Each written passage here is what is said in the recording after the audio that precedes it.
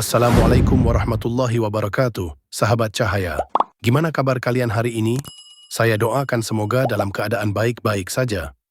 Pada kesempatan kali ini, marilah kita bersama-sama merenungi tanda-tanda kiamat yang mulai tampak di sekitar kita, khususnya di tanah air tercinta, Indonesia. Sebagai umat Islam, kita diajarkan untuk selalu waspada dan mengambil pelajaran dari setiap kejadian yang mengarah pada akhir zaman. Tanda-tanda kiamat kecil ini bukanlah sekedar peringatan biasa, melainkan pesan ilahi yang memerlukan perhatian dan introspeksi mendalam. Yang pertama, banyaknya pembunuhan.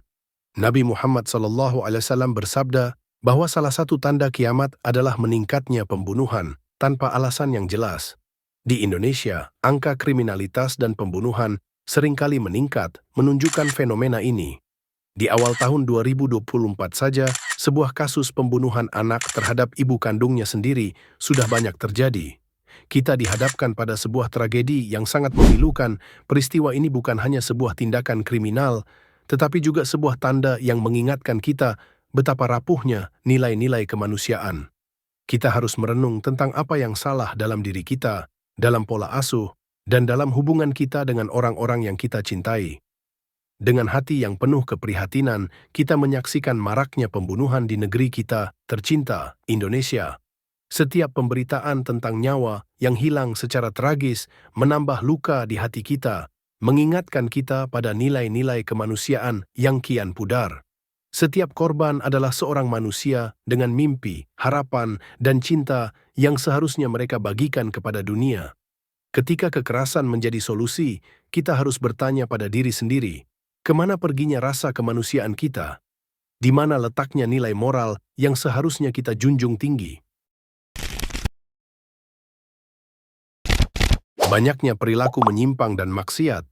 Meningkatnya perilaku menyimpang seperti zina, perjudian, dan penyalahgunaan obat-obatan terlarang dan lain-lain merupakan salah satu tanda kiamat kecil. Di Indonesia, kasus-kasus ini semakin marak dan menjadi masalah sosial yang serius. Setiap kali perbuatan zina terjadi, bukan hanya pelakunya yang mengalami kerugian, tetapi juga orang-orang di sekitarnya yang turut terkena dampaknya. Anak-anak yang tumbuh dalam lingkungan yang ternoda oleh perbuatan ini seringkali kehilangan pijakan moral yang kuat. Miris rasanya melihat bagaimana nilai-nilai luhur terkikis oleh nafsu sesaat, sementara rasa malu dan kehormatan seakan-akan menjadi barang langka. Kehancuran yang ditimbulkan oleh zina tidak hanya bersifat fisik, tetapi juga mental dan spiritual, membuat kita semua seharusnya merenung lebih dalam dan berusaha keras untuk menghindari jebakan dosa ini. Prostitusi adalah cerminan dari luka sosial yang dalam dan kompleks, sebuah fenomena yang menggerogoti moralitas dan kemanusiaan kita. Setiap kali kita mendengar tentang perempuan atau laki-laki yang terjerat dalam dunia gelap ini, hati terasa miris dan penuh prihatin. Mereka yang berada di lingkaran prostitusi seringkali adalah korban dari kemiskinan, kurangnya pendidikan, dan ketidakadilan sosial yang membuat mereka tak punya pilihan lain. Miris rasanya melihat bagaimana tubuh manusia diperdagangkan seolah-olah barang, kehilangan martabat dan harga diri yang seharusnya melekat pada setiap insan. Prostitusi bukanlah sekadar transaksi ekonomi, ia adalah bentuk eksploitasi yang menghancurkan jiwa dan raga, meninggalkan trauma yang sulit disembuhkan. Sungguh prihatin melihat masyarakat yang seolah-olah menutup mata terhadap penderitaan ini, seakan-akan ini adalah masalah yang lumrah dan tak terelakkan. Begitu juga dengan perjudian. Di Indonesia sendiri, pemerintah kita telah mengumumkan daruratnya perjudian. Dengan rasa prihatin yang mendalam, kami menyoroti perkembangan pesat praktek perjudian di Indonesia yang semakin meresahkan. Fenomena ini tidak hanya mengancam moralitas, tetapi juga stabilitas sosial dan ekonomi masyarakat kita. Transaksi yang meningkat secara signifikan menunjukkan betapa luasnya dampak negatif yang ditimbulkan oleh aktivitas ini. Data statistik memberikan bukti yang nyata bahwa Pusat Pelaporan dan Analisis Transaksi Keuangan (PPATK) mengungkapkan ada lebih dari 159 juta transaksi terkait judi online di Indonesia sejak 1 Januari sampai dengan 4 Oktober 2023. Nilai transaksi dari aktivitas tersebut diestimasikan mencapai 160 triliun. Sedangkan nilai transaksi kuartal 1 2024 tembus 100 triliun. Perjudian tidak hanya merugikan individu yang terlibat, tetapi juga keluarga dan komunitas sekitar. Banyak yang terjerumus dalam lingkaran hutang dan kehancuran, kehilangan harapan dan masa depan yang lebih baik. Selain itu, praktek ini mendorong munculnya berbagai tindak kriminalitas lainnya yang memperburuk kondisi keamanan dan ketertiban umum. Diperlukan upaya yang lebih serius dan komprehensif dalam penegakan hukum, edukasi, serta peningkatan kesadaran masyarakat tentang bahaya perjudian. Sama halnya dengan drugs atau narkoba atau obat-obatan terlarang. Drugs adalah musuh terbesar masa depan anak-anak kita. Drugs tidak hanya merusak fisik dan mental individu, tetapi juga menghancurkan impian dan harapan. Anak-anak yang terjerat narkoba kehilangan masa depan yang cerah, pendidikan yang baik, dan kesempatan untuk berkembang menjadi generasi penerus yang berkualitas. Mereka menjadi rentan terhadap berbagai masalah kesehatan, gangguan mental, dan perilaku kriminal. Bangsa yang kuat adalah bangsa yang memiliki generasi penerus yang sehat, cerdas, dan berintegritas. Penyalahgunaan drugs mengancam masa depan bangsa Indonesia dengan merusak generasi mudanya. Setiap anak yang terjerumus ke dalam jeratan drugs adalah kehilangan besar bagi bangsa.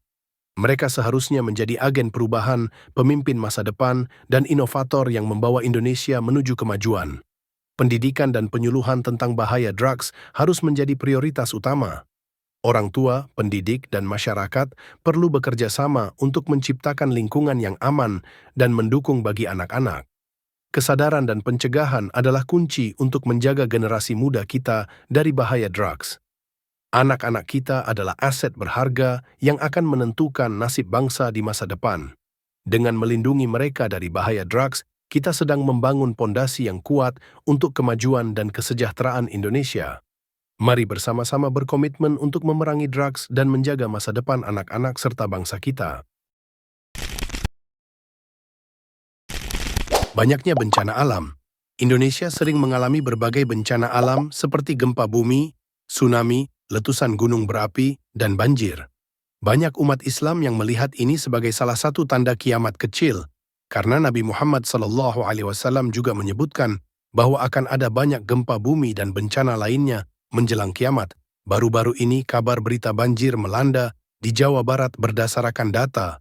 Kerusakan akibat cuaca ekstrim sebanyak 995 rumah rusak ringan, 557 rumah rusak sedang, dan 352 rumah rusak berat. Selain itu, 6.015 jiwa terdampak, 5 jiwa meninggal, 20 sarana pendidikan terdampak, 55 bangunan lainnya, dan 54 fasilitas umum terdampak. Gempa bumi di Jawa Barat, gempa bumi merusak yang mengguncang Kabupaten Sumedang. Gempa ini terjadi beberapa jam sebelum pergantian tahun 2024. Pada Minggu 31 Desember 2023, gempa berturut-turut mengguncang Sumedang. Diawali gempa 4,1 skala Richter dengan kedalaman 7 km, pukul 14.35 waktu Indonesia Barat.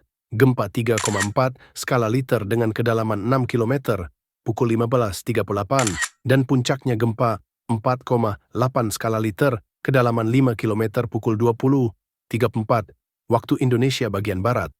Dan masih banyak kejadian yang serupa di wilayah Indonesia. Kami turut berduka cita yang mendalam atas musibah bencana alam yang telah menimpa saudara-saudara kita di berbagai wilayah Indonesia. Kehilangan yang dirasakan oleh mereka adalah duka kita bersama. Semoga keluarga yang ditinggalkan diberikan kekuatan dan ketabahan dalam menghadapi cobaan ini. Dalam duka yang mendalam, semoga para korban yang telah berpulang mendapatkan tempat terbaik di sisinya. Dan keluarga yang ditinggalkan diberikan kesabaran serta ketabahan. Mari kita bersama-sama memberikan dukungan dan bantuan kepada mereka yang membutuhkan. Ya Allah, dalam setiap musibah yang Engkau turunkan, tersimpan hikmah dan pelajaran bagi kami. Ampuni segala dosa dan khilaf kami, serta bimbinglah kami untuk selalu berada di jalan-Mu. Jadikanlah bencana ini sebagai pengingat bagi kami untuk lebih mendekatkan diri kepada-Mu, memperbaiki ibadah kami, dan menjaga amanah yang telah Engkau berikan kepada kami berupa alam yang indah ini. Ya Allah, kami menyadari bahwa bencana yang terjadi adalah ujian dan peringatan dari-Mu. Kami mohon ampun atas segala dosa dan kesalahan kami. Berikanlah kami kekuatan untuk memperbaiki diri, meningkatkan keimanan, dan melaksanakan ibadah. Munculnya pemimpin yang tidak adil. Munculnya pemimpin yang tidak adil dan tidak peduli terhadap rakyat. Terdapat berbagai kasus korupsi dan penyalahgunaan kekuasaan yang mencerminkan tanda ini. Dan masih banyak lagi kasus tentang hukum yang melanda di Indonesia. Korupsi merupakan masalah serius yang merugikan negara dan masyarakat secara luas. Praktik korupsi mengakibatkan pemborosan anggaran, penghamburan sumber daya, dan ketidakadilan dalam pelayanan publik. Korupsi, penyakit yang merusak kemajuan negara dan mencuri masa depan generasi muda. Uang yang seharusnya digunakan untuk membangun negeri malah mengalir deras ke tangan segelintir koruptor. Korupsi adalah musuh terbesar pembangunan yang menghancurkan harapan rakyat akan perubahan dan kemajuan. Korupsi, biang keladi kemiskinan dan ketidakadilan sosial yang terus menggerogoti negara kita. Setiap rupiah yang dicuri oleh koruptor adalah hak rakyat yang terampas. Hak atas pendidikan, kesehatan, dan kesejahteraan. Korupsi adalah virus mematikan yang menggerogoti integritas bangsa dan menciderai martabat negara. Korupsi bukan sekadar masalah hukum, tapi juga krisis moral yang harus ditumpas bersama-sama. Korupsi, ketidakadilan yang mengekang potensi bangsa dan menghambat kemajuan seluruh sektor. Pengkhianatan terhadap rakyat, mengkhianati kepercayaan dan harapan yang mereka berikan.